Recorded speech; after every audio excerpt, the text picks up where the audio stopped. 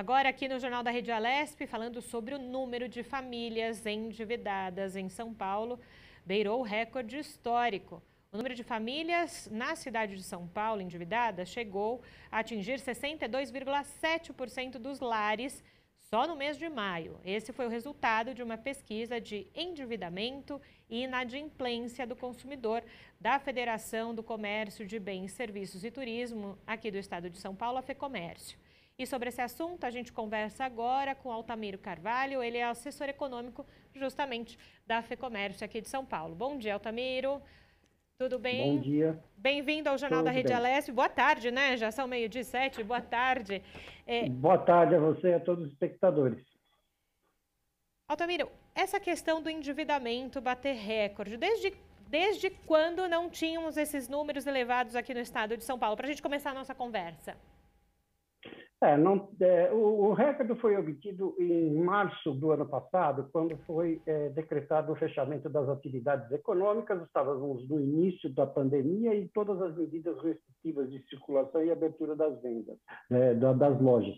Isso provocou, obviamente, uma retração, uma preocupação do consumidor em assumir dívidas e reteve, inclusive, as negociações das dívidas já existentes. A partir de então, esse é o maior nível de endividamento das famílias constatado aqui no município de São Paulo. E, Altamiro, justamente, se antes essa primeira alta foi lá em março de 2020, como o senhor bem disse agora, por causa do fechamento, hoje, depois de tantos meses, a que se dá esse endividamento? Só ao fechamento e perda de postos de trabalho? Gostaria que o senhor pudesse elencar, se possível, então, quais são os fatores? Bom, em primeiro lugar, a gente precisa deixar claro um conceito a respeito de endividamento. Endividamento significa pessoas tomando créditos que eles não têm à vista nas contas correntes para poder adquirir algum bem, algum consumo. Ou seja, o crédito por si só, ele não pode ser qualificado como um elemento negativo. Aliás, se não houvesse crédito, a economia sucumbiria. O crédito, ele é um elemento fundamental para qualquer tipo de elevação e trajetória de desenvolvimento econômico. A questão que se coloca é a qualidade desse endividamento. O endividamento pode ser bom, quer dizer, conseguido a taxas bastante financiáveis, dentro do comprometimento mínimo da renda das famílias, a taxas de juros palatáveis, ou pode ser um endividamento ruim, conseguido a taxas altíssimas para pagamento no curtíssimo prazo. Então, o índice por si só, de 63%, ele não consegue qualificar de uma forma determinante o caráter negativo desse aumento de endividamento.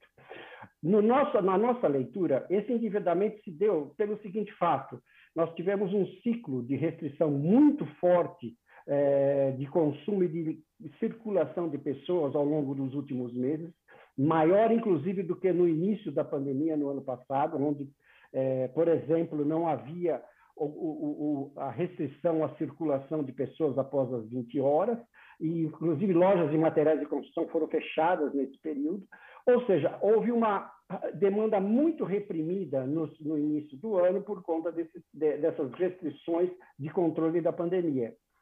Isso fez com que as pessoas tivessem necessidade de repor esse consumo reprimido e, por isso, se elevou esse endividamento, ou seja, as pessoas voltaram a adquirir bens. Como a renda está restrita pelo baixo nível de retomada das atividades econômicas, evidentemente o crédito passou a ser um elemento indispensável para que você pudesse retomar a normalidade desse consumo. Portanto, esses 63% tomados isoladamente, eles significam o seguinte: a população voltou a consumir, ela está utilizando o crédito como uma forma de recompor esse consumo reprimido, e a qualidade desse crédito é o elemento preocupante. Nós temos que a grande parte desse endividamento das famílias, que abrange cerca de 2,5 milhões de famílias só no município de São Paulo, ele se dá através do cartão de crédito, pago ou não pago, a fatura paga ou já postergada. mas é um indicador de que as pessoas estão consumindo através de cartão de crédito. Esse é um elemento. 80% dessas pessoas endividadas estão utilizando o cartão de crédito. Esse é um elemento.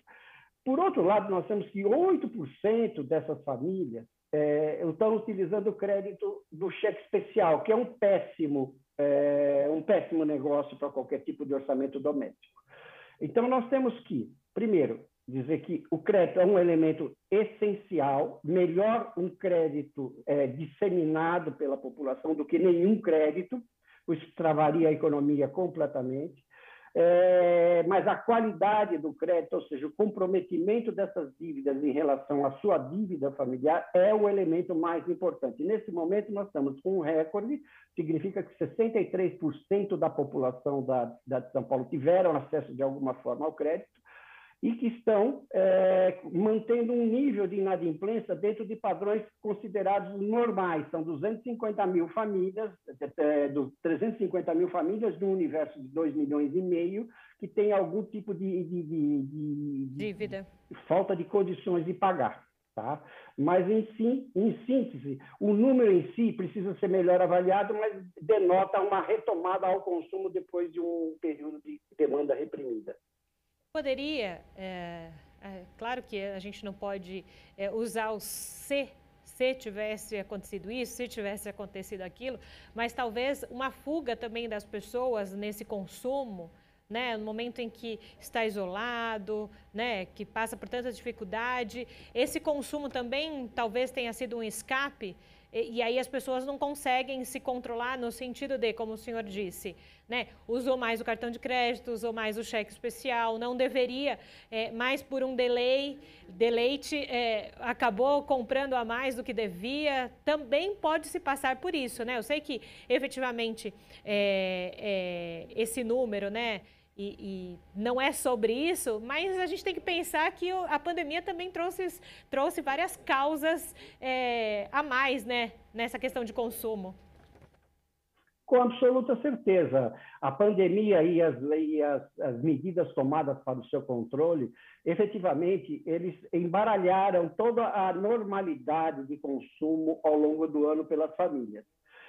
O que a gente tem notado é que, nos períodos em que há maior restrição de consumo, como foram os meses de abril e maio, você tem uma demanda reprimida, as famílias ficam mais em casa, aproveitam para fazer pequenas reformas, inclusive mudar de moradia, como indicam os indicadores de financiamento doméstico, de imobiliários. Por outro lado, também retém consumo de bens que não podem ser adquiridos pelo comércio eletrônico, como, por exemplo, veículos, evitam comprometer o consumo no curto prazo.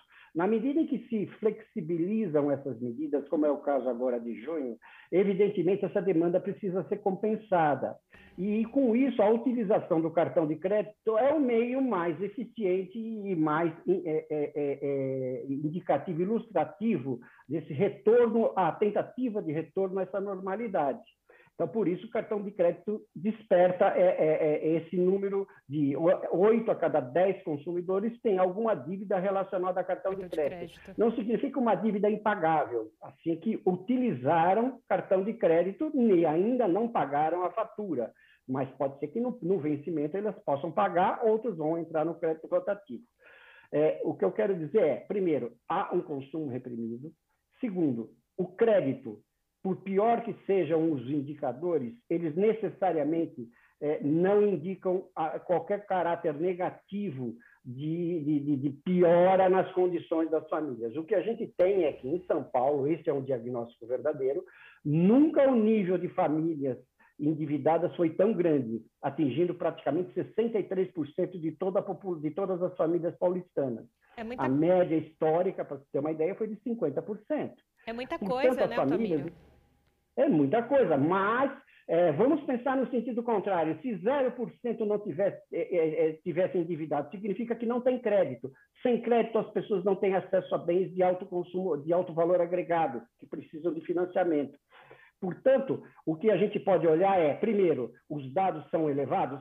São elevados, esse é o aspecto negativo, porque muitos estão concentrados em cheque especial, em dívidas caras, cartão de crédito rotativo, Mas, por outro lado, indica que as pessoas estão tendo acesso a uma forma de adquirir bens sem o qual o crédito não seria possível. Portanto, há sempre dois enfoques que a gente tem que tomar cuidado quando a gente avalia essa indicação. Primeiro, há uma retomada, sim, os dados da FEComércio já indicam uma retomada do consumo caminhando para níveis de normalidade, tanto que nossas projeções de junho mostram um junho muito melhor do que não apenas 2020, como também em relação a 2019. Então, há uma retomada pela demanda reprimida, o carreamento de despesas feitas no setor de serviços, como turismo e lazer, por exemplo, que estão sendo destinadas ao varejo. E isso implica na necessidade de utilização de cartão de crédito, por exemplo, que é uma forma de crédito, ou crédito pessoal, ou cheque especial, que é uma modalidade bastante ruim. Mas, de qualquer forma, a pandemia trouxe, sim, uma série de contratempos para que houvesse uma normalidade do consumo ao longo do ano. Se concentrou em determinados meses onde há mais flexibilização e menos naqueles em que houve a restrição de funcionamento das atividades e de circulação de pessoas. Isso que o senhor nos diz agora, Altamiro, de que há uma projeção até da FEComércio já de melhora dessa situação. Também é importante a gente deixar aqui no Jornal da Rede Alesp que as pessoas tenham a consciência, né? Não está fácil, a gente sabe que a nossa questão econômica está difícil, muitas pessoas tiveram diminuição dos valores do seu trabalho, perderam renda, né? Então é importante também trabalhar com essa consciência, não é? Com absoluta certeza. Principalmente as faixas de renda de menor poder aquisitivo, elas têm que olhar que, primeiro, os juros cronicamente no Brasil são extremamente elevados, os maiores do mundo. Portanto, o endividamento em linhas de crédito muito caras e de difícil pagamento, ele tende a levar a uma insolvência no curto prazo. Esse é um aspecto que tem que ser muito bem ponderado antes de se entrar em qualquer tipo de financiamento. Em segundo lugar, é preciso que as autoridades cada vez mais tenham consciência de que esse crédito, ele, primeiro, é super necessário para dar respaldo à aquisição de bens que não podem ser adquiridos à vista, mas que, dentro das condições atuais do sistema financeiro nacional, esse crédito é extremamente caro e tende a levar, no médio e no longo prazo, a um aumento de inadimplência, principalmente em momentos de grandes adversidades, como estamos passando nesse momento, com restrições de funcionamento, aumento de desemprego e queda na renda, com aumento de inflação. Portanto, há que se ter um equilíbrio. Primeiro, o crédito é super necessário para qualquer economia, o acesso tem que ser quanto mais amplo, melhor, mas a qualidade de acesso a esse crédito tem que ser muito bem ponderada, ou seja, os juros têm que ser acessíveis e as condições razoáveis para que a maioria da população possa ter acesso a esses bens. E a população, por seu lado, tem que buscar dentro do sistema financeiro aquelas linhas de crédito que sejam mais palatáveis, evitar se entrar em linhas de crédito como cheque especial, por exemplo, que as taxas de juros são verdadeiros absurdos, ou então no crédito rotativo de cartão de crédito, onde igualmente as taxas de juros são uma bola de neve. Em caso de ter adentrado nessas linhas de financiamento que são praticamente impossíveis de se quitar, é buscar, junto a uma instituição financeira, uma negociação, porque também é interesse do sistema financeiro receber, ao menos em parte, aquilo que está atrasado das pessoas inadimplentes. Então, é uma busca de bom senso de ambas as partes. Aquela que fornece o crédito e cobra um juro muito elevado, de forma muito seletiva, por prazo muito curto, e, por outro lado, dos consumidores, que não devem adentrar a compromissos e em dívidas a condições draconianas. Perfeito. Altamiro, muito obrigada, viu, pela contribuição hoje aqui ao Jornal da Rede Alesp. Boa tarde para o senhor aí. Eu que agradeço. Uma boa tarde a todos.